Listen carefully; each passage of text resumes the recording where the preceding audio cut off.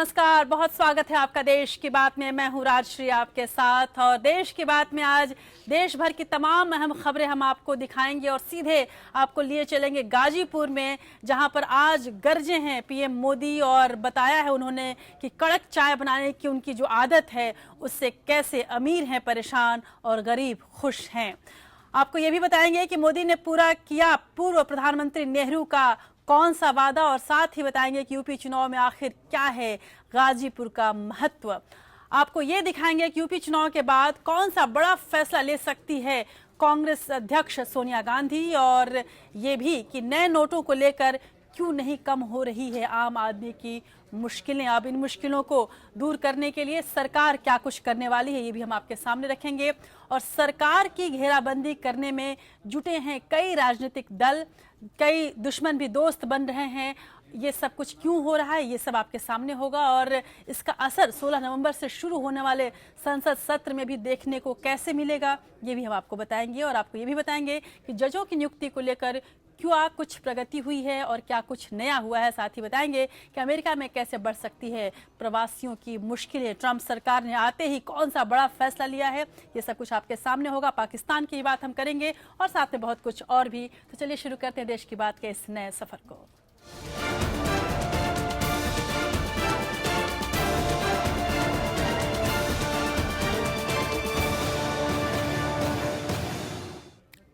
तो सबसे पहले बात प्रधानमंत्री नरेंद्र मोदी की गाजीपुर की रैली की। प्रधानमंत्री नरेंद्र मोदी ने उत्तर प्रदेश के गाजीपुर में नोटबंदी को लेकर बयान दिया। उन्होंने काले धन को लेकर सख्त हिदायत दी और काला धन दबाकर बैठने वालों पर सख्त कार्रवाई की भी बात की।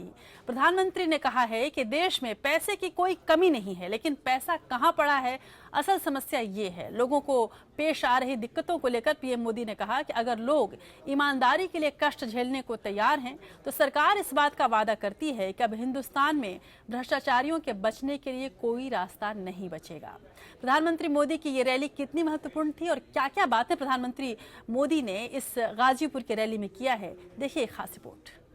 ये आपके वोट की ताकत है कि गरीब चैन की नींद सो रहा है और अमीर नींद की गोलियां खरीदने के लिए बाजार में चक्कर काट रहा है। गाजीपुर से नई ट्रेन को हरी झंडी और फिर बीजेपी की परिवर्तन यात्रा के तहत प्रधानमंत्री नरेंद्र मोदी ने रैली की। नोटबंदी के फैसले के बाद चुनावी गर्मी में तप रहे उत्तर प्रदेश में प्रधानमंत्री नरेंद्र मोदी ने पहली रैली की, तो उसमें भी काले धन पर लगाम के अपने कदम को जोर शोर से लोगों के सामने रखा। अगर उत्तर प्रदेश 2014 के चुनाव में पूर्ण बहुमत वाली सरकार बनाने में मदद न करता तो भाइयों बहनों न कोई भ्रष्टाचारियों को चिंता होती न काले धन वालों को चिंता होती। 8 नवंबर को नोटबंदी के ऐलान से लेकर अब तक 6 दिनों में सुर्खियों में या तो पीएम है या फिर एटीएम है।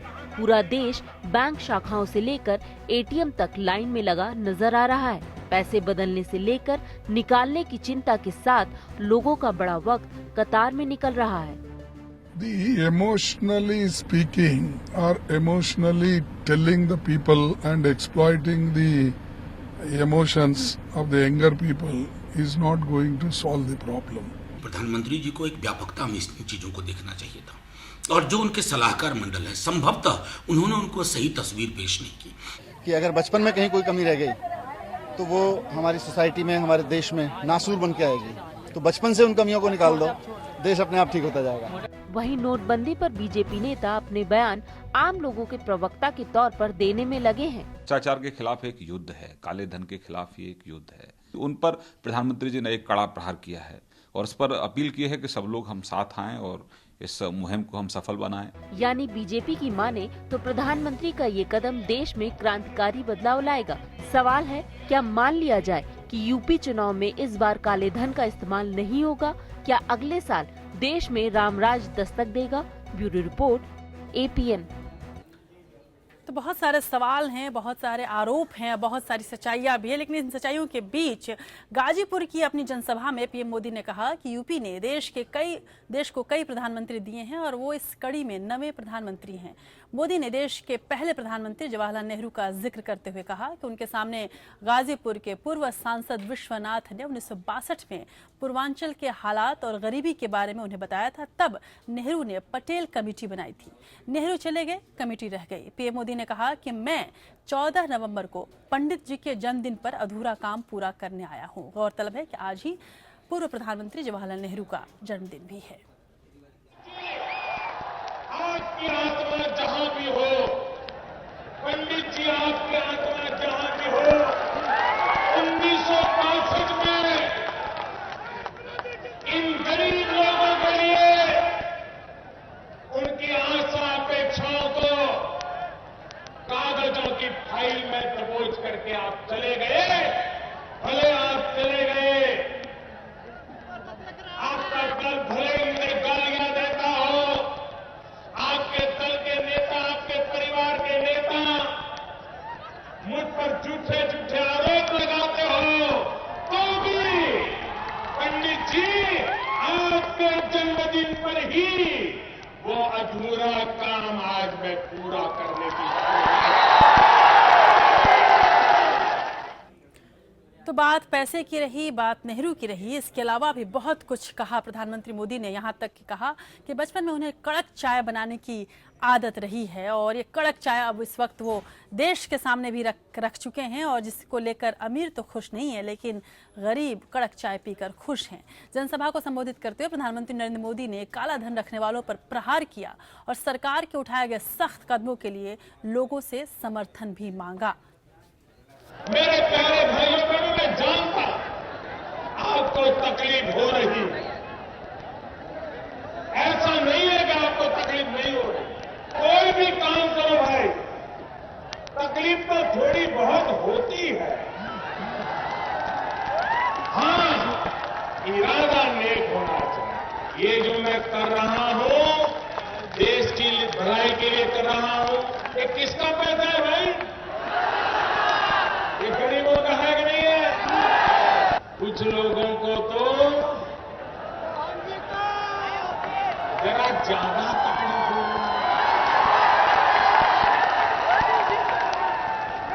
ये वो लोग नहीं है, ये कुछ ही लोग हैं, खुद बोलते नहीं है, खुद तो मुस्कुराते हैं।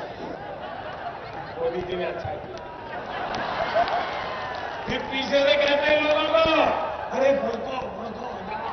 ये आतंकवाद को पैसा कौन देता है? ये नक्सलवाद के पास रुपये कहां जाते हैं?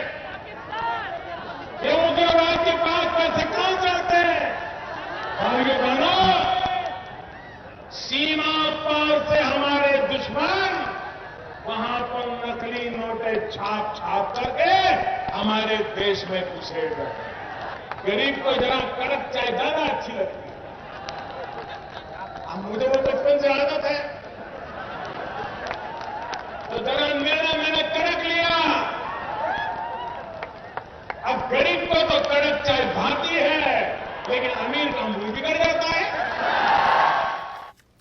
अच्छे वक्ता हैं प्रधानमंत्री मोदी, इसमें कोई शक नहीं। और आज भी उन्होंने जनता के सामने जिस तरह से अपनी बात रखी वो अपने आप में लाजवाब था। उधर नोटबंदी मामले पर प्रधानमंत्री नरेंद्र मोदी ने इस रैली में विपक्ष के सभी सवालों का भी जवाब दिया। उनके निशाने पर रही बीएसपी अध्यक्ष मायावती और कांग्रेस, और मायावती और कांग्रेस पर किस तरह से साधा प्रधानमंत्री मोदी ने निशाना, ये भी बड़ा दिलचस्प रहा।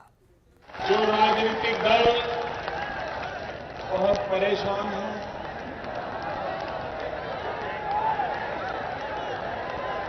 उनको चिंता सता रही है, अब करे क्या?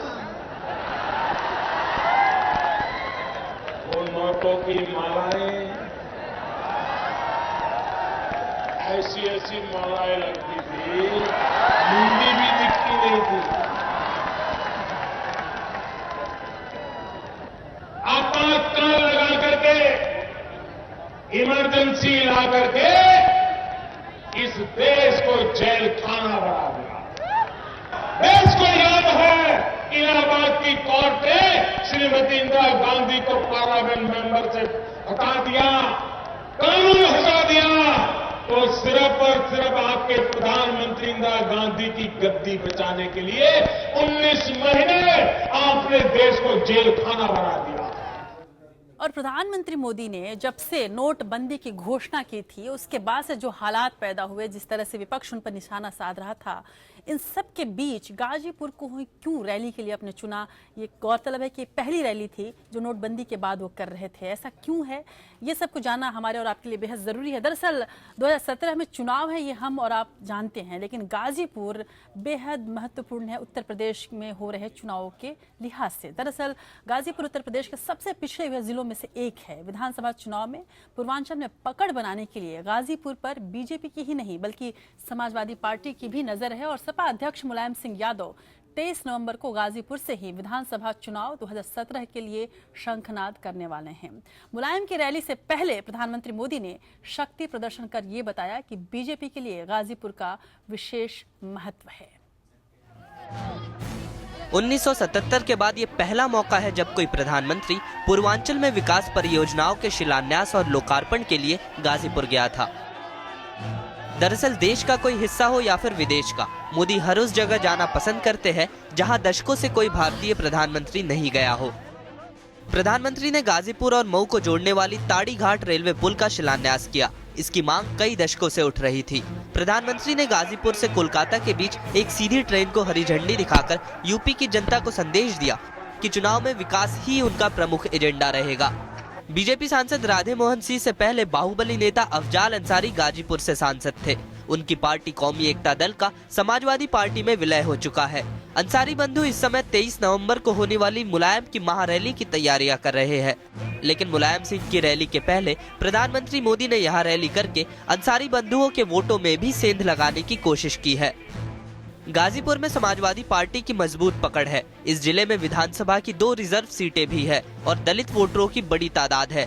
बीजेपी की नजर सपा के इसी वोट बैंक पर है। प्रधानमंत्री गाजीपुर को लगभग 3000 करोड़ की परियोजनाओं की सौगात देकर इन वोटरों को लुभाने की कोशिश कर रहे हैं। गाजीपुर के पश्चिम में बनारस, उत्तर में मऊ, पूर्व में बलिया और पश्चिमोत्तर में जौनपुर है। गाजीपुर में पीएम मोदी की रैली का असर गाजीपुर समेत इन 5 जिलों की 20 से ज्यादा विधानसभा सीटों को जोड़कर देखा जा रहा है। Bureau report, APN. तो 2017 का चुनाव और पूर्वांचल का महत्व अपने आप में बेहद पेचीदा तो नहीं, लेकिन संवेदनशील सवाल जरूर है। और हमारे साथ इस वक्त जुड़ चुके हैं वरिष्ठ पत्रकार अतुल चंद्रा लखनऊ स्टूडियो से। अतुल जी, बहुत बहुत स्वागत है आपका देश की बात में मेरे साथ। मेरा पहला सवाल आपसे यही होगा कि जिस तरह से गाजीपुर में आज प्रधानमंत्री मोदी ने बातें की हैं, जिस तरह से उन्होंने अपना जो फैसला है वो जनता के सामने उसकी हिमायत की है और जिस तरह से जनता का रिएक्शन था, क्या समझा जाए कि मोदी जनता को समझाने में कामयाब हो रहे हैं, कम से कम गाजीपुर में? तो देखिए, जनता काफी हद तक उनके इस फैसले से नाखुश नहीं है जी। परेशानियां झेल रहे हैं लोग, लेकिन उसके बाद भी आपको बहुत सारे ऐसे लोग मिलेंगे जो इस फैसले की तारीफ कर रहे हैं जी। लेकिन जो आज रैली में मोदी जी ने बात करी, उससे उनका एक उद्देश्य तो ये साफ हुआ कि सर्जिकल स्ट्राइक जो एलओसी पर हुई थी उसको पीछे छोड़कर अब वो डीमोनेटाइजेशन की बात लेकर के चुनाव में जाएंगे जी।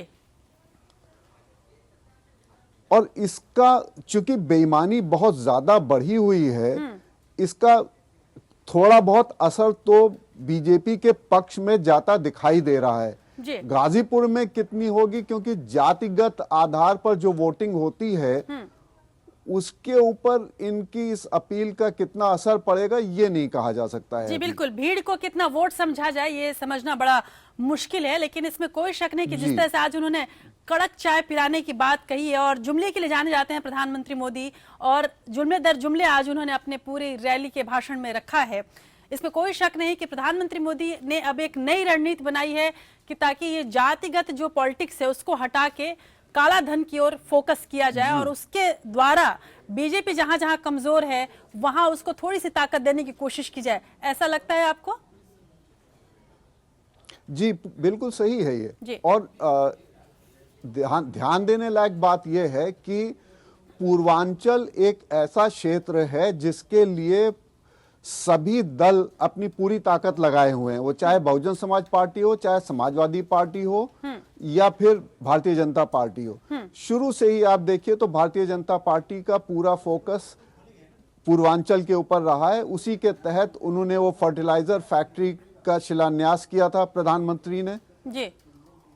उसी के तहत वो बैकवर्ड पॉलिटिक्स को और बढ़ावा दे रहे हैं। जी, लेकिन अतुल जी एक और सवाल मेरे जहन में आता है कि अभी हाल ही में मैं पूर्वांचल से होकर आई हूं और वहां के गांव-गांव से मैं घूम कर आई हूं। अभी भी जो वहां की स्थिति है, जो आप भी बेहतर तरीके से जानते होंगे कि अभी भी विकास के नाम पे केवल ये शब्द ही उनको पता है, विकास के नाम पे बहुत ज्यादा कुछ दिखता नहीं है वहां पे। चाहे आप गन्ना किसानों की समस्या देख लें या फिर वहां पर हॉस्पिटल्स और स्कूलों की हालात देख लें, यहाँ तक कि जनधन योजना जैसी बड़ी योजना और मनरेगा जैसी बड़ी योजना भी वहां भ्रष्टाचार के बलि चढ़ गई है। और आज इस तरह से आप प्रधानमंत्री मोदी का भाषण आप देखें, और शायद यही वजह रहेगी कि आगे आने वाले में जितने भी भाषण आप देखेंगे वो विपक्ष जो है वो प्रधानमंत्री मोदी पर निशाना साध रहा होगा और मुद्दा केवल का ब्लैक मनी और काला धन होगा। लेकिन मूलभूत जो समस्याएं हैं उससे जरूर कहा जाए तो कुल मिला के सभी पार्टियां मूलभूत समस्याओं से, खासकर पूर्वांचल के संदर्भ में मैं कह रही हूं, कि उससे लोगों को भटका देंगी। ऐसा नहीं लगता है कि एक फिर से 2017 का जो चुनाव है वो महज चुनावी भाषणों का एक कहा जाए इवेंट बन के रह जाएगा और मूल समस्याएं पीछे रह जाएंगी? अब कहीं कोई बात विकास की नहीं हो रही है। ये बात सही है। प्रधानमंत्री ने कहा कि वो नवे प्रधानमंत्री हैं जिसने गाजीपुर के विकास का जिम्मा अब उठाया है, और नेहरू जी ने जो कमिटी बनाई थी उसके रिकमेंडेशंस को वो अब इम्प्लीमेंट करने की शुरुआत कर रहे हैं। जी बिल्कुल। अब प्रधानमंत्रियों की बात जाने दीजिए, प्रदेश के जितने मुख्यमंत्री आए हैं उन्होंने क्या किया है पूर्वांचल के विकास के लिए, या गाजीपुर जैसे पिछड़े प्रदेश के पिछड़े जिले के विकास के लिए उन्होंने क्या काम किया? जी। मायावती ने आज प्रधानमंत्री की बात पर बहुत नाराजगी जाहिर करी, वो भी मुख्यमंत्री थी, लेकिन उन्होंने गाजीपुर के लिए क्या किया, जबकि वहां पर दलित वोट बहुतायत में है। जी सही बात है। जी। तो विकास वाली बात जो होती है वो चुनावी जुमला ज्यादा लगता है। बिल्कुल जी। और ऐसे में देखना होगा कि अब वहां पर पूर्वांचल की ओर जिस तरह से सभी पार्टी के नेता और बड़े बड़े नेता वहां पहुंच रहे हैं। अब 27 नवंबर को प्रधानमंत्री मोदी के कुशीनगर में भी एक रैली होने वाली है। उसके पहले गाजीपुर में 21 नवंबर को मुलायम सिंह यादव रैली कर वहां से सपा का जो चुनावी रथ है वो शुरू करेंगे। पूरा चुनावी जो उनका रणनीति है वो सबसे पहले वहीं से वो शुरू कर रहे हैं। देखना होगा कि अब पूर्वांचल के ऊपर जो अचानक से इतना ध्यान आया है उससे पूर्वांचल को कितना लाभ होगा। अतुल जी आप हमारे साथ बने रहिएगा। और इस बीच कुछ और खबरें लेते हैं जो कि चुनाव से भी जुड़ी हुई हैं, देश की राजनीति से भी जुड़ी हुई हैं और प्रधानमंत्री से भी जुड़ी हुई हैं। खबर ये भी आ रही है कि कांग्रेस उपाध्यक्ष राहुल गांधी अगले साल होने वाली यूपी विधानसभा चुनाव के बाद पार्टी की कमान संभाल सकते हैं। ये सबसे पहले हमने आपको ये खबर बताई थी। और इस बीच हमारे सूत्र ये बता रहे हैं कि पार्टी अध्यक्ष सोनिया गांधी उत्तर प्रदेश, उत्तराखंड और पंजाब सहित 5 राज्यों के विधानसभा चुनाव के बाद पद से इस्तीफा दे देंगी। स्वास्थ्य को देखते हुए सोनिया गांधी ने ये फैसला लिया है, ऐसा कहा जा रहा है। सोनिया गांधी के होने और ना होने का मतलब क्या होता है, देखिए इस खास रिपोर्ट में। माना जा रहा है कि खराब स्वास्थ्य के चलते कांग्रेस अध्यक्ष सोनिया गांधी अपने पद से इस्तीफा देना चाहती हैं। लेकिन पार्टी के पुराने नेता चाहते हैं कि वो अगले साल होने वाले 5 राज्यों में चुनावों तक पद पर बनी रहें। फरवरी से मार्च के बीच यूपी और पंजाब सहित 5 राज्यों में विधानसभा चुनाव हो सकते हैं। अभी हाल ही में कांग्रेस की कार्यकारिणी की बैठक में राहुल गांधी को पार्टी की कमान सौंपने के लिए एक स्वर में प्रस्ताव पास किया गया था। पूर्व पीएम मनमोहन सिंह और ए.के. एंटनी ने राहुल की मौजूदगी में कहा कि समय आ गया है कि अब राहुल गांधी को पार्टी का अध्यक्ष बन जाना चाहिए, जिसके बाद सभी नेताओं ने इसका समर्थन कर दिया। सर्वसम्मति से कार्य समिति ने इसके लिए सिफारिश भी कर दी। हालांकि बैठक में ये फैसला किया गया था कि अभी सोनिया गांधी ही पार्टी की अध्यक्ष बनी रहेंगी। कांग्रेस ने चुनाव आयोग को पत्र लिखकर पार्टी के आंतरिक चुनाव के लिए 1 साल का वक्त मांगा है। बैठक में मौजूद राहुल ने कहा कि जो भी पार्टी और कमेटी फैसला लेगी वो करने को तैयार हैं। जब राहुल से अध्यक्ष बनने को कहा गया तो राहुल ने कहा कि वो तैयार हैं, लेकिन किसी के मन में कोई संदेह हो तो कृपया करके बताएं। राहुल ने कहा कि वो वरिष्ठ और युवाओं के सामंजस्य के साथ चलना चाहते हैं, लेकिन आधिकारिक तौर पर राहुल कब कमान संभालेंगे और इस पर कांग्रेस की ओर से कोई बयान नहीं आया है। राहुल के अध्यक्ष बनने का कांग्रेस कार्य समिति की बैठक में या फिर अधिवेशन बुलाकर किया जाएगा, ये साफ नहीं है। इस बीच कांग्रेस कार्य समिति ने प्रस्ताव पास कर चुनाव आयोग को भेज दिया है कि पार्टी के संगठन के चुनाव के लिए उसको दोबारा 1 साल का एक्सटेंशन चाहिए, यानी दिसंबर 2017 तक का समय। Bureau report, APN। तो हमारी खबरों के मुताबिक अगले साल की शुरुआत में यूपी में होने वाले विधानसभा चुनाव के लिए प्रियंका गांधी कांग्रेस के लिए प्रचार करने को तैयार हो गई हैं। इस बीच प्रियंका गांधी ने कांग्रेस उपाध्यक्ष राहुल गांधी से मुलाकात की है, यानी कि कांग्रेस के अंदर बहुत कुछ परिवर्तित सा दिखेगा, लेकिन इस परिवर्तन से कितना फायदा है कांग्रेस को, ये जानना भी बेहद जरूरी है। हमारे साथ अतुल जी मौजूद हैं, हमारे वरिष्ठ पत्रकार हमारे लखनऊ स्टूडियो से। अतुल जी, बात हमने प्रधानमंत्री मोदी की और उनके भाषण से, उनके इस परिवर्तन रैली से बीजेपी के कितना फायदा होगा नहीं होगा ये तो देखना लाजिम है, लेकिन कांग्रेस के अंदर जो बहुत दिनों से एक तरह से कहा जाए कि नई जान की संजीवनी की तलाश में है कांग्रेस, अब ये खबर आ रही है कि अगले साल सोनिया गांधी जो है वो अध्यक्ष पद से हट जाएंगी और राहुल गांधी को अध्यक्ष पद दे दिया जाएगा। हालांकि ये अपेक्षित ही था, ऐसा होना ही था। अब प्रियंका गांधी की भी बात हो रही है। क्या वाकई इन नए परिवर्तन से, इन नई हलचलों से कांग्रेस के अंदर 2017 चुनावों के पहले कोई संजीवनी आएगी, कोई जान आएगी? बहुत मुश्किल है जी,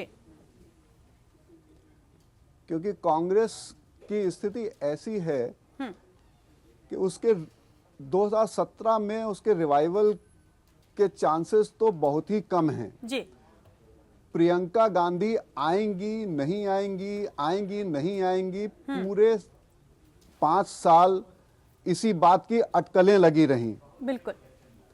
अब अगर मान लीजिए प्रियंका गांधी आती भी हैं तो उनके पास ऐसी कोई जादू की छड़ी नहीं है जिसे वो घुमा दें और कांग्रेस का भाग्य बदल जाए। जी।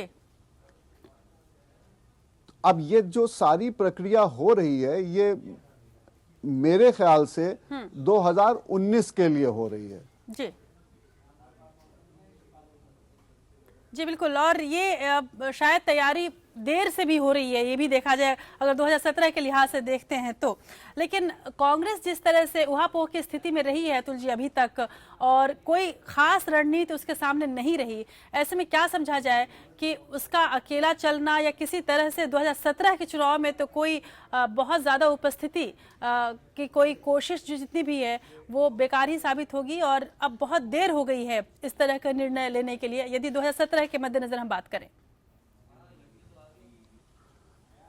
देखिए, कांग्रेस ने अपनी पूरी कोशिश करी कि वो समाजवादी पार्टी के साथ अलायंस कर लें जी, लेकिन समाजवादी पार्टी ने उनके प्रस्ताव को ठुकरा दिया। मुलायम सिंह जी ने कह दिया कि हम विलय कर सकते हैं लेकिन अलायंस नहीं करेंगे, जबकि कांग्रेस में खुद इस बात को लेकर के चिंता है कि बिना किसी पार्टी के साथ चुनाव लड़े वो कैसे अपनी जगह बना पाएंगे। जी। तो अगर आप वैसे देखें, इंडिविजुअली पार्टी के नेताओं से बात करें तो एक मायूसी का आपको अनुभव होगा कि नेता अंदर ही अंदर मायूस हैं जी। और इसलिए अब काफी देर हो चुकी है, जो भी वो कर रहे हैं चेंजेस, बहुत देर हो गई है जी। कम से कम 2017 में तो उसका कोई खास लाभ नहीं मिलेगा। तो जी बहुत बहुत शुक्रिया इस पूरी चर्चा में शामिल होने के लिए। और बात चूंकि कांग्रेस की हो रही है, ऐसे में समाजवादी पार्टी का भी चर्चा होना बेहद लाजमी हो गया है, क्योंकि समाजवादी पार्टी से कांग्रेस एक गठबंधन चाह रही थी जिसको सपा ने इनकार कर दिया। लेकिन सपा के अंदर जितनी परेशानियां हैं वो भी खत्म होने का नाम नहीं ले रही हैं। नोटबंदी के फैसले और जनता को हो रही परेशानियों के बीच समाजवादी कुनबे में चल रही कलह की खबर फिलहाल कुछ दब सी जरूर गई, लेकिन इसमें कोई दो राय नहीं कि मुलायम परिवार के भीतर आंच अभी भी सुलग रही है। पार्टी से निकाले गए पूर्व राष्ट्रीय महासचिव रामगोपाल यादव आज प्रेस कॉन्फ्रेंस के दौरान रो पड़े। प्रोफेसर रामगोपाल यादव ने कहा कि जिसने सपा का संविधान लिखा, पार्टी को हर मुश्किल से बाहर निकाला, उसे ही गलत तरीके से पार्टी से बाहर निकाल दिया गया। रामगोपाल ने अब पार्टी से निष्कासित सभी नेताओं की वापसी की मांग की है। वहीं उनके निशाने पर आए शिवपाल सिंह यादव ने इस मामले में कुछ भी बोलने से इनकार कर दिया। यानी शिवपाल यादव ने कहा नो कमेंट्स। मंत्री बनना चाहता तो न्यूक्लियर डील के वक्त दिल्ली में मंत्री बनता। मैंने नेताजी साहब मना कर दिया कि मैं कभी मिनिस्टर नहीं बन सकता। तो जब मुझे कुछ नहीं लेना देना है तो मुझे क्या करना है? और बात करते करते रो पड़े रामगोपाल। ज्यादा दुखद बात क्या हो सकती है? समाजवादी पार्टी से निष्कासित किए जाने के 3 हफ्ते बाद रामगोपाल यादव चुनावी मौसम में पार्टी आलाकमान के लिए नई सलाह लेकर आए हैं। उन्होंने कहा कि अखिलेश यादव को मुख्यमंत्री का चेहरा बनाया जाए और निकाले गए सभी पार्टी नेताओं को वापस बुलाया जाए। कि विधानसभा का चुनाव अखिलेश यादव के नेतृत्व में लड़ा जाएगा और वही मुख्यमंत्री के चेहरा होंगे। सभी निष्कासित नेताओं को पार्टी में तत्काल वापसी हो। पिछले महीने सपा में छिड़े घमासान के बीच रामगोपाल यादव ने पार्टी कार्यकर्ताओं को लिखे खत में कहा था कि मुख्यमंत्री के साथ वो लोग हैं जिन्होंने पार्टी के लिए अपना खून बहाया, लेकिन दूसरी तरफ वो लोग हैं जिन्होंने सत्ता का दुरुपयोग कर हजारों करोड़ रुपए कमाए। चाचा भतीजे की जंग में रामगोपाल भतीजे के खेमे में जा रहे हैं, जो ये मानता है कि सपा मुखिया के परिवार में अमर सिंह आग लगाते हैं। शिवपाल को अखिलेश यादव ने मंत्रिमंडल से बर्खास्त किया तो शिवपाल ने नेताजी के आदेश पर रामगोपाल को पार्टी से निकाले जाने का ऐलान किया। रामगोपाल जी 3 बार भाजपा के बड़े नेता से मिल चुके हैं। वे ये सब इसलिए कर रहे हैं क्योंकि उनके पुत्र श्री अक्षय यादव एक पुत्र वधू यादव सिंह घोटाले में फंसे हुए हैं। रामगोपाल यादव एक बार फिर अखिलेश के लिए जोरदार बैटिंग करते नजर आए। उन्होंने कहा कि विधायकों और सांसदों की मांग है कि बिना मुख्यमंत्री की अनुमति के टिकट बंटवारा न किया जाए। तो वहीं शिवपाल यादव ने रामगोपाल पर कोई टिप्पणी न करते हुए कहा कि वो बस नेताजी के आदेश का पालन कर रहे हैं। मेरा इस पर कोई कमेंट नहीं करना है, और मेरा कोई काम भी नहीं, मेरा किसी से झगड़ा भी नहीं है। और जो कुछ है हमारे पार्टी के राष्ट्रीय अध्यक्ष, राष्ट्रीय नेता निर्णय लेते हैं। हम तो उनका राष्ट्रीय नेताजी हैं, तो उनके आदेशों का पालन करते हैं। इसके अलावा मैं सवाल ये है कि क्या नेताजी का दल अपने उस भाई के लिए पसीजेगा जो पार्टी से निकाले जाने का दर्द बयां करते करते फफक पड़ा?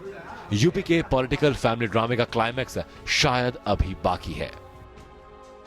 Bureau report, APN. तो ये इस पॉलिटिकल ड्रामेबाजी का क्या क्लाइमैक्स होगा ये तो देखना होगा, लेकिन इस बीच जो नोटबंदी हुई है उस पर तरह तरह की तस्वीरें, तरह तरह की खबरें आ रही हैं। प्रधानमंत्री मोदी की रैली का जो भाषण था वो तो आपने सुना, लेकिन जो वास्तविकता में जो कुछ भी हो रहा है और जिस तरह से पूरी जनता कतार में है वो भी देखना बड़ा इसको दुखद कहा जाए या दिलचस्प, ये कुछ कहा नहीं जा सकता। लेकिन बड़े पुराने नोटों पर पाबंदी लगने के 6ठे दिन भी देश की जनता अब भी नकदी के संकट से जूझ रही है, इसमें कोई शक नहीं। लोगों की लंबी कतारें एटीएम के बाहर नोट निकालने के लिए मशक्कत करती देखी गई। हालांकि नए नोटों की तादाद अभी इतनी कम है कि ज़्यादातर एटीएम महज 100 रुपए के नोट ही निकाल रहे हैं और वो भी बहुत जल्द बंद हो जाता है। लिहाजा लोगों की परेशानी अभी भी बरकरार है और आज तो बैंक भी बंद रहा, जिससे लोग और परेशान हुए।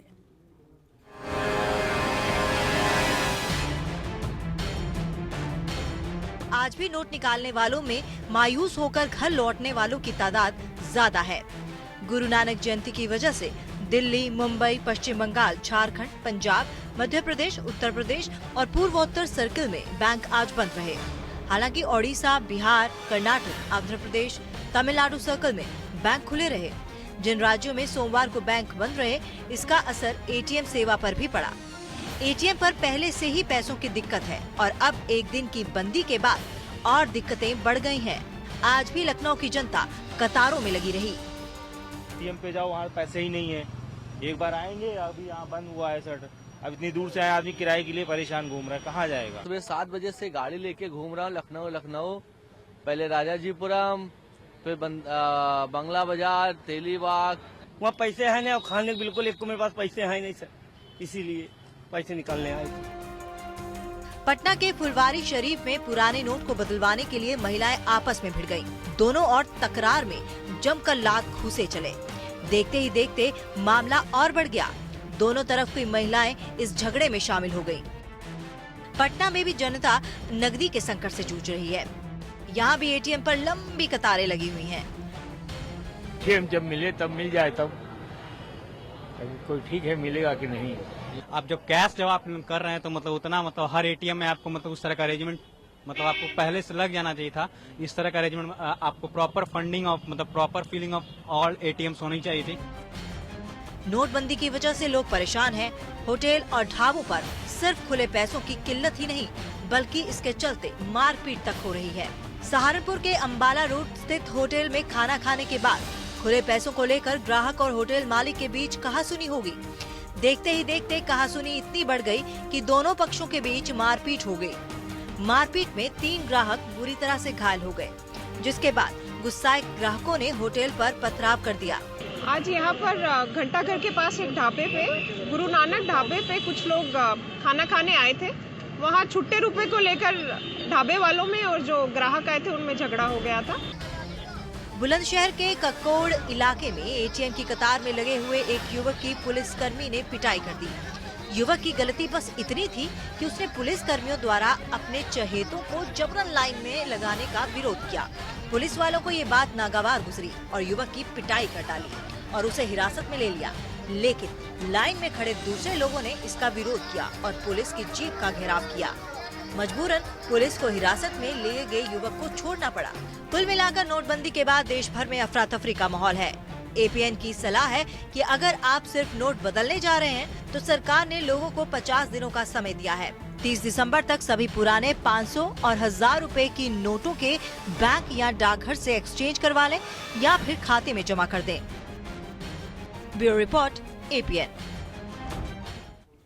और लोगों की मुश्किलों का अंदाजा सरकार को भी है, इसीलिए इस बीच वित्त सचिव शशिकांत दास ने कहा है कि ग्रामीण इलाकों में कैश उपलब्धता बढ़ाई जाएगी।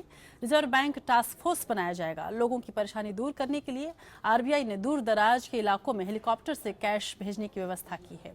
सरकार ने पुराने नोटों की वैधता 10 दिन के लिए और बढ़ा दी है और अब अस्पतालों, मेट्रो स्टेशनों, श्मशान घाट, दवा की दुकानों, पेट्रोल पंपों में 24 नवंबर तक 500 और 1000 के पुराने नोट स्वीकार किए जा सकते हैं। देश के सभी टोल पर 18 नवंबर तक कोई टैक्स नहीं लिया जाएगा। बिजली और पानी के बिल जैसे केंद्र सरकार, राज्य सरकार की ओर से लिए जाने वाले सभी बिलों का भुगतान 24 नवंबर तक 500 और 1000 के पुराने नोटों से किया जा सकता है। उन्होंने कहा कि लोगों को परेशान होने की जरूरत नहीं है। कल से एटीएम से 2000 के नोट भी निकलेंगे। साथ ही बैंक से हफ्ते में 24,000 निकाला जा सकता है। नोट एक्सचेंज की सीमा 4500 तक बढ़ा दी गई है और साथ ही ये तय किया गया है कि बैंक में अब एक्सचेंज और नोट जमा करने या निकालने के लिए अलग लाइन होगी। साथ ही दिव्यांगों और बुजुर्गों के लिए भी अलग कतार लगाई जाएगी। इस बीच प्रधानमंत्री नरेंद्र मोदी ने नोटबंदी में से पैदा हुए हालात से जूझ रहे देशवासियों से सभी कुछ ठीक करने के लिए 50 दिन का समय मांगा है। लेकिन अभी भी देश का एक बड़ा तबका रोज कमाता और खाता है। ऐसे में एक एक दिन कर जीने वालों के लिए 50 दिनों का इंतजार इतना आसान भी नहीं होगा। देखिए एक खास रिपोर्ट। बेईमानों को सजा देने के लिए 50 दिन थोड़ी तकलीफ रहेगी, तो आप मेरी मदद करोगे कि नहीं करोगे? मोदी जी के सपनों का भारत बनाने के लिए जनता उनके साथ है। 3 दिनों से कतार में खड़े रहने के बावजूद देश का सब्र कम नहीं हो रहा, लेकिन सरकार का ही सब्र टूटता नजर आ रहा है। देश के वित्त मंत्री अरुण जेटली ने मान लिया है कि नकदी का संकट समाप्त होने में 3 हफ्ते लग सकते हैं। प्रधानमंत्री ने भी देशवासियों से 50 दिन मांगे हैं। देशवासी साथ भी दे रहे हैं, लेकिन उनकी मुश्किलें दिनों दिन बढ़ती जा रही हैं। सबसे पहले अगर रोजमर्रा जिंदगी पर पड़ने वाले असर पर गौर किया जाए तो आलम यह है कि बीमारी, परेशानी और नौकरी, काम धंधा भूलकर लोग लाइन में खड़े हुए हैं। अगर पैसा जमा हो रहा है तो निकल नहीं पा रहा। यानी जो लोग ऑनलाइन भुगतान नहीं करते उनके लिए तो मरने जीने के हालात बन गए हैं। बच्चे, माँ बाप की बीमारी, दवाई, दूध, सब्जी, राशन और आने जाने का खर्च तक जुटाना बेहद भारी पड़ रहा है। ये मुश्किलें सबसे ज्यादा मध्यम वर्ग, निम्न मध्यम वर्ग और निम्न वर्ग को झेलनी पड़ रही है। रेहड़ी पट्टी वाले विक्रेता, दिहाड़ी मजदूर, कॉन्ट्रैक्ट कर्मचारी और मजदूरों को तो सबसे ज्यादा मार पड़ी है। अगर रोजी रोजगार का मामला देखा जाए तो पहला तात्कालिक असर तो कतारों में खड़े रहने से रोज कमाने खाने वाले कर्मचारी मजदूरों और उनके परिवारों को खाली पेट सोना पड़ रहा है। यही मुश्किल पहले से संकट से जूझ रहे कृषि आधारित क्षेत्र के कारोबारियों और कुटीर उद्योगों को भी झेलनी पड़ रही है। मंडी बाजारों में सन्नाटा पसरा है, बाजारों से ग्राहक गायब हैं। यही नहीं, रोजमर्रा की जरूरत की चीजें यानी सब्जी, अनाज और राशन के सामान की सप्लाई भी बुरी तरह प्रभावित हुई है। मध्य प्रदेश, राजस्थान और महाराष्ट्र से होने वाली दाल की आवक ठप पड़ गई है। सबसे बड़ी मुश्किल तो ग्रामीण क्षेत्र की है, जहां 65% जनता रहती है। इस क्षेत्र में सही तरीके से बैंकिंग व्यवस्था का बुनियादी ढांचा भी नहीं है। शाखाएं दूर दूर हैं। एटीएम की तादाद भी शहरों के मुकाबले बहुत कम है। जहां बिजली का भरोसा ना हो, वहां ऑनलाइन लेन देन तो बहुत दूर की बात। भारत में तो ज्यादातर लेन देन नकदी में होता है और बचत भी घरों में छिपा कर रखी जाती है। यहाँ कामकाज और रोजमर्रा के काम के लिए जरूरत भर का नकदी पहुँचना असंभव नजर आ रहा है। जबकि लगन के इस मौसम में पूरे देश में 40 लाख शादियां हो रही हैं। इसी वजह से मोदी विरोधी सवाल उठा रहे हैं कि क्या इस बदइंतजामी के लिए किसी पर जिम्मेदारी तय की जाएगी। अगर ये कवायद काला धन निकालने के लिए है तो चंद हजार पूंजीपतियों का काला धन निकालने के लिए क्या कार्रवाई हुई है अब तक। लेकिन सबसे बड़ी चिंता ये है कि यदि वित्त मंत्री के बयान पर भरोसा किया जाए कि हालात संभलने में 3 हफ्ते लग सकते हैं, तो मोदी जी के सपनों का भारत बनाने के लिए देश की जनता को और क्या क्या कुर्बानी देनी पड़ सकती है। Bureau report, APN। और इस बीच विपक्ष है वो भी पूरी तरह से तैयारी कर रहा है ताकि वो शीतकालीन सत्र में सरकार को घेर सके। आज इस सिलसिले में बीजेपी संसदीय दल की भी बैठक हुई है। बैठक में फैसला लिया गया है कि बीजेपी संसद के शीतकालीन सत्र में नोटबंदी समेत सभी मुद्दों को लेकर आक्रामक रहेगी। बैठक में तय किया गया है कि विपक्ष के हर हमले का कड़ा जवाब दिया जाएगा। और इसके अलावा नोटबंदी के फैसले को लेकर विपक्षी दल मोदी सरकार को घेरने की योजना बनाने में लग गए हैं। टीएमसी के नेता और पश्चिम बंगाल के मुख्यमंत्री ममता बनर्जी ने सभी विपक्षी दलों को एकजुट होने की अपील की है। ममता ने इस मामले में अपनी धुर विरोधी पार्टी सीपीएम के महासचिव सीताराम येचुरी को भी फोन किया। आज Congress, Trinamool, CPI, CPM, JDU और आरएलडी के नेताओं ने रणनीति को लेकर बैठक भी की। विपक्षी पार्टियां बुधवार से शुरू हो रहे संसद सत्र के दौरान सरकार से इस मामले में सवाल जवाब करने की तैयारी में है। नोटबंदी के फैसले से देश भर में अफरा तफरी के माहौल के बाद विपक्ष मोदी सरकार को घेरने की तैयारी में है। सरकार के खिलाफ मोर्चेबंदी की अगुवाई ममता बनर्जी कर रही हैं। लोकसभा स्पीकर सुमित्रा महाजन की बुलाई सर्वदलीय बैठक के पहले विपक्षी दलों ने एक अहम बैठक की और इस बैठक में सरकार को घेरने की रणनीति पर विचार विमर्श किया गया। विपक्ष नोटबंदी के अलावा सर्जिकल स्ट्राइक, सीमा पर तनाव, 3 तलाक समेत कई मुद्दों पर सरकार को घेरेगी। और इससे पहले मायावती ने प्रेस कॉन्फ्रेंस कर प्रधानमंत्री पर जमकर निशाना भी साधा। दूसरों को सलाह देने से पहले खुद तो ये बताएं कि वो भ्रष्टाचार के ऊपर अंकुश लगाने के मामले में तो अपने लिए वो कितने साफ सुथरे हैं। टिकटों के नाम के जो पैसे से इकट्ठे कर लिए गए थे, जो भ्रष्टाचार रूपी, मैं पूछना चाहता हूं यादव सिंह का पैसा किसके पास है? मायावती जी के पास जो हजारों करोड़ रुपए वो कहां रखा है? उन्हें तकलीफ हुई होगी क्योंकि वो नोट का कागज के टुकड़े में परिवर्तित हो गए हैं। ममता बनर्जी ने नोटबंदी के सिलसिले में लोगों को हो रही तकलीफों को लेकर कांग्रेस उपाध्यक्ष राहुल गांधी से भी बात की थी। दोनों दलों के नेताओं ने सर्वदलीय बैठक से पहले आपस में मुलाकात की और संसद में विपक्ष की रणनीति पर चर्चा की। प्रधानमंत्री के गाजीपुर के भाषण के बाद कांग्रेस ने हमलावर तेवर दिखाए हैं। मुझे लगता है कि सब दलों को इस विषय पर जनता की अथाह पीड़ा, व्यथा, दुख और परेशानी को सार्वजनिक पटल पर रखने में कोई गुरेज नहीं करना चाहिए। ये देश के गरीब के लोगों की लड़ाई है और इस लड़ाई में एक लाइन तय हो गई है कि कौन पॉलिटिकल पार्टियां भ्रष्टाचार और काले धन के समर्थन में है और कौन पॉलिटिकल पार्टियां, कौन लोग, ये देश की जनता भ्रष्टाचार और काले धन के खिलाफ है। नोटबंदी से लोगों को हो रही परेशानी को लेकर कांग्रेस ने राज्यसभा में सत्र के पहले दिन नियम 267 के तहत काम रोक को प्रस्ताव दे दिया है। तृणमूल कांग्रेस ने दोनों सदनों में नोटिस दे दिया। विपक्ष की इस मुहिम को टीएमसी और कांग्रेस के अलावा वामपंथी दलों सपा और बसपा का भी समर्थन मिलने के आसार हैं। बहरहाल संसद का शीतकालीन सत्र इस बार खासा हंगामेदार रहने के आसार हैं। Bureau report APM। तो दरअसल कांग्रेस संसद के शीतकालीन सत्र के पहले दिन ही 100 सांसदों के साथ संसद भवन से राष्ट्रपति भवन तक विरोध मार्च निकालने की तैयारी में है। विपक्षी सांसद राष्ट्रपति से मुलाकात कर सरकार के फैसले को वापस लेने की मांग कर सकते हैं और इसके लिए जो सत्ता पक्ष है वो भी पूरी तरह से तैयारी कर रही है ताकि विपक्ष के तमाम रणनीति को किसी भी तरह से फेल किया जा सके। इस बीच अब पाकिस्तान की बात कर लेते हैं। भारत और पाकिस्तान के बीच बॉर्डर पर लगातार तनाव बना हुआ है। खबर ये भी है कि कल रात हुई फायरिंग में पाकिस्तान के 7 जवान मारे गए हैं और इसकी पुष्टि पाकिस्तानी सेना की ओर से हुए ट्वीट से हुई है। ये फायरिंग LOC के भीमबर सेक्टर में हुई। पाक फॉरेन मिनिस्ट्री ने इस पर Indian high commissioner Gautam Bambawale को तलब किया। Pakistani army chief general Raheel Sharif Rawalpindi के पास झेलम में इन सैनिकों के जनाजे में शामिल हुए। इस बीच पाकिस्तान ने आज जम्मू कश्मीर में 3 जगहों पर सीज फायर तोड़ा है, जबकि जम्मू कश्मीर के नौगाम सेक्टर में घुसपैठ की कोशिश को भारतीय सेना ने पूरी तरह से नाकाम कर दिया, जिसमें एक आतंकी के ढेर होने की भी खबर है। इलाके में सर्च ऑपरेशन अभी भी जारी है। BSF ने कहा कि POK में 29 सितंबर को भारत की ओर से हुई सर्जिकल स्ट्राइक के बाद पाकिस्तान ने अब तक 46 दिनों में 289 बार युद्ध विराम का उल्लंघन किया है। फायर की हो रही है भारत की तरफ से, वो ज्यादा निशाने मार्क हो रही है और 7 उनके जवान शहीद हो गए उस तरफ।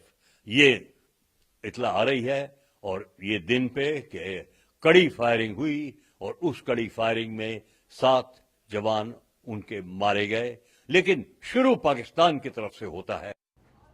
और चलिए अब नजर डालते हैं देश भर की तमाम अन्य बड़ी खबरों पर। देखते हैं नेशनल टॉप 5 खबरें। IB की रिपोर्ट में कहा गया है कि कश्मीर घाटी में सुरक्षा बलों की कार्रवाई के चलते हवाला कारोबारी डर गए हैं और हवाला कारोबार की कमर टूट गई है। IB की रिपोर्ट के मुताबिक हवाला कारोबार में 80% तक की गिरावट दर्ज की गई। RBI के पूर्व गवर्नर C रंगराजन ने कहा कि लोगों को परेशानी जरूर हो रही है, लेकिन सरकार के नोटबंदी के फैसले से काले धन पर लगाम लगेगी। उन्होंने कहा कि ये अचानक लिया गया फैसला था और इसमें कई परेशानियां हैं, लेकिन ये कदम देश हित में है। इजरायल के राष्ट्रपति रिवलिन द्विपक्षीय संबंधों को और मजबूती देने के मकसद से भारत यात्रा पर मुंबई पहुंचे। रिवलिन प्रधानमंत्री नरेंद्र मोदी और विदेश मंत्री सुषमा स्वराज से मुलाकात करेंगे और दोनों देशों के बीच सहयोग के मुद्दे पर चर्चा होगी। रिपब्लिकन पार्टी ऑफ इंडिया के अध्यक्ष रामदास अठावले ने कहा है कि BSP अध्यक्ष मायावती के खिलाफ राखी सावंत को मैदान में उतारा जाएगा। अठावले ने कहा कि अगर मायावती चुनाव नहीं लड़ती हैं, तो राखी पूरे प्रदेश में BSP के खिलाफ प्रचार करेंगी। दिल्ली के प्रगति मैदान में राष्ट्रपति प्रणब मुखर्जी ने अंतर्राष्ट्रीय व्यापार मेले का शुभारंभ किया और इस दौरान हरियाणा के CM मनोहर लाल खट्टर भी मौजूद रहे। इस बार 27 देशों की 150 से ज्यादा कंपनियां हिस्सा ले रही हैं। इनमें हरियाणा का विशेष स्थान होगा।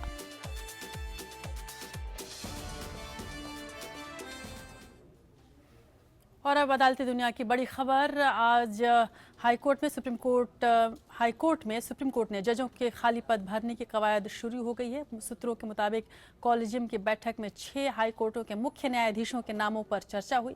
सूत्रों का ये भी कहना है कि देश के अगले प्रधान न्यायाधीश के नाम को लेकर भी चर्चा शुरू हो गई है और ये कहा जा रहा है कि जस्टिस JS कहर को प्रधान न्यायाधीश बनाने को लेकर ऊहापोह की स्थिति है।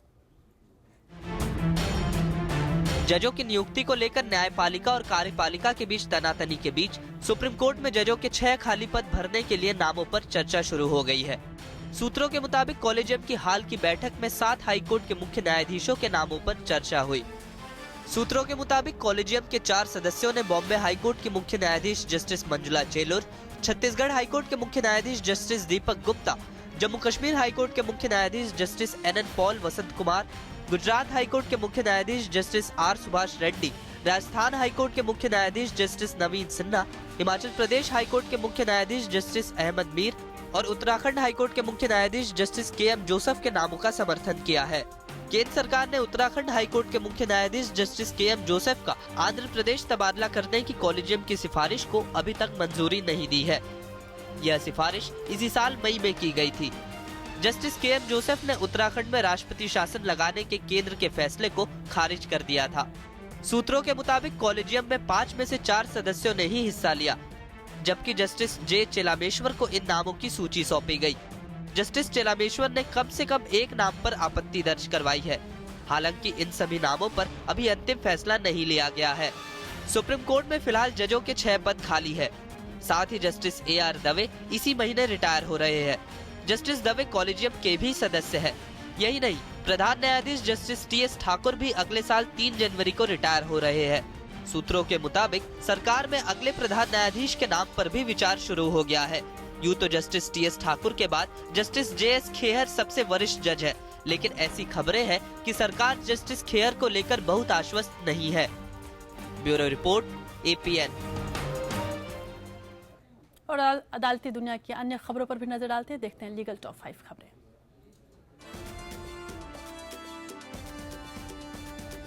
इलाहाबाद हाई कोर्ट में नियुक्त 11 एडिशनल जज कल शपथ लेंगे। चीफ जस्टिस कक्ष में चीफ जस्टिस D.B. भोसले सुबह 10 बजे शपथ दिलवाएंगे। नए जजों की शपथ के बाद हाई कोर्ट में 87 जज हो जाएंगे।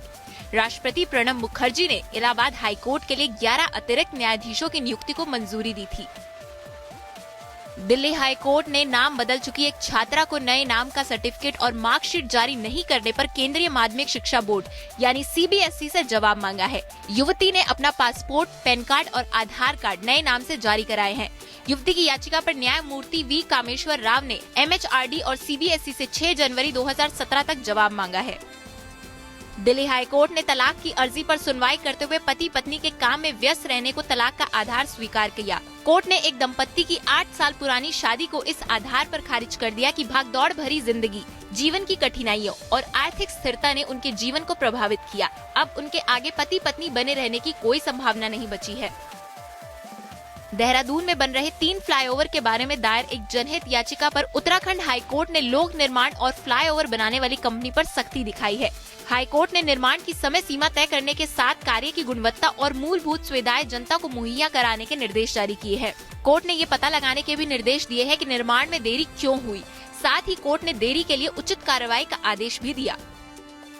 भारतीय मूल के अमूल थापर को अमेरिकी सुप्रीम कोर्ट का जज बनाया जा सकता है। अमेरिका के राष्ट्रपति डोनाल्ड ट्रंप ने अमूल थापर को देश के सुप्रीम कोर्ट के जजों के उम्मीदवारों की संभावित सूची में शामिल किया है। इस सूची में 21 लोगों के नाम शामिल है। अमेरिकी सुप्रीम कोर्ट के नए जजों की सूची का ऐलान 23 सितंबर 2017 को होगा।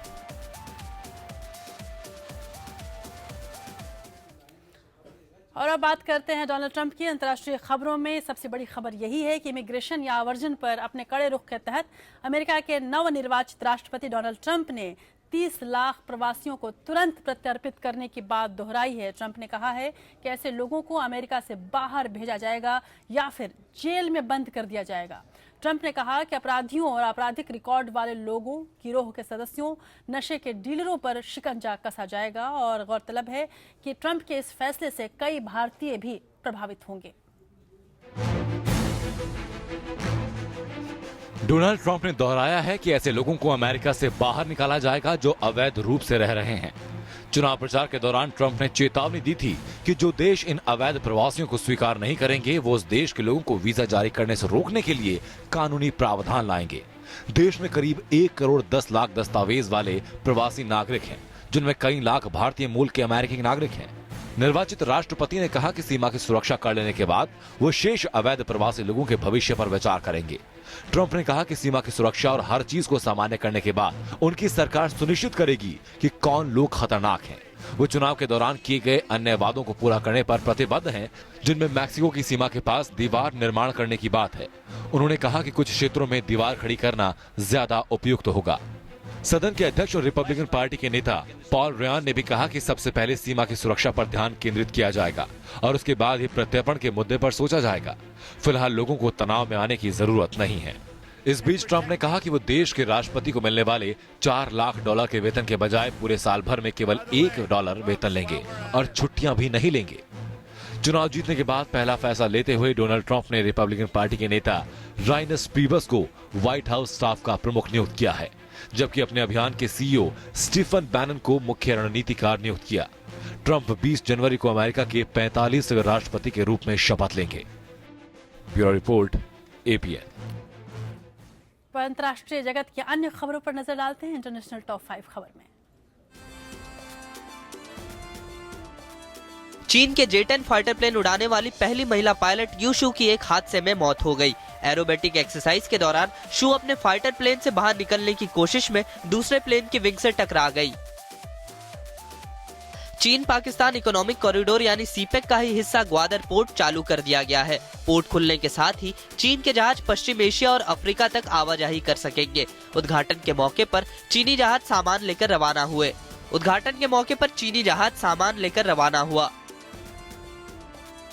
चीनी राष्ट्रपति शी जिनपिंग ने अमेरिका के नवनिर्वाचित राष्ट्रपति डोनाल्ड ट्रंप से फोन पर बातचीत की। जिनपिंग ने बातचीत के दौरान व्यापारिक समझौते बढ़ाने पर जोर दिया। चीन का मानना है कि ट्रंप के राष्ट्रपति बनने के बाद दोनों देशों के बीच आई तल्खी में कमी आएगी। अमेरिकी राष्ट्रपति चुनाव के विजेता रिपब्लिकन उम्मीदवार डोनाल्ड ट्रंप ने अपनी जीत के लिए फेसबुक को श्रेय दिया। उनके आलोचकों के अनुसार राजनीतिक मुद्दों की गलत खबरों को दिखाकर चुनाव का परिणाम डोनाल्ड ट्रंप के पक्ष में कर दिया गया। काले धन और भ्रष्टाचार पर लगाम लगाने के लिए भारत में बंद किए गए 500 और 1000 के नोट पर चीनी मीडिया का मानना है कि नोटबंदी एक बड़ा कदम है, लेकिन सिर्फ इससे काला धन नहीं रुकेगा। चीनी अखबार ग्लोबल टाइम्स में कहा गया है कि भारतीय प्रधानमंत्री ने अचानक और चौंकाने वाला कदम उठाया है।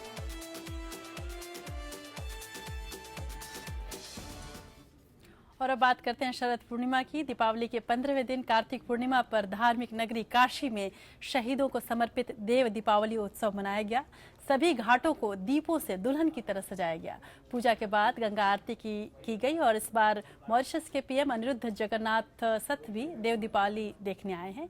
ऐसी मान्यता है कि इस तिथि से पहले कार्तिक के शुक्ल पक्ष की एकादशी यानी देव उठनी एकादशी पर भगवान विष्णु नींद से जागते हैं। ऐसा भी माना जाता है कि दीपावली पर महालक्ष्मी अपने स्वामी भगवान विष्णु से पहले जाग जाती हैं, इसीलिए दीपावली के 15वें दिन देवताओं की दीपावली मनाई जाती है। और ये खूबसूरत नज़ारा आप देव दीपावली का देख रहे हैं, जिस दिन विशेष गंगा आरती भी हुई और इस आरती का आज के दिन विशेष महत्व भी है। और गौरतलब है कि इस बार की देव दीपावली इसलिए भी भौगोलिक रूप से भी बेहद महत्वपूर्ण है क्योंकि आज जो चांद है सबसे ज़्यादा नज़दीक है इस वक्त हमारी पृथ्वी से, जिससे ये खूबसूरती चांद की कुछ और ज़्यादा है।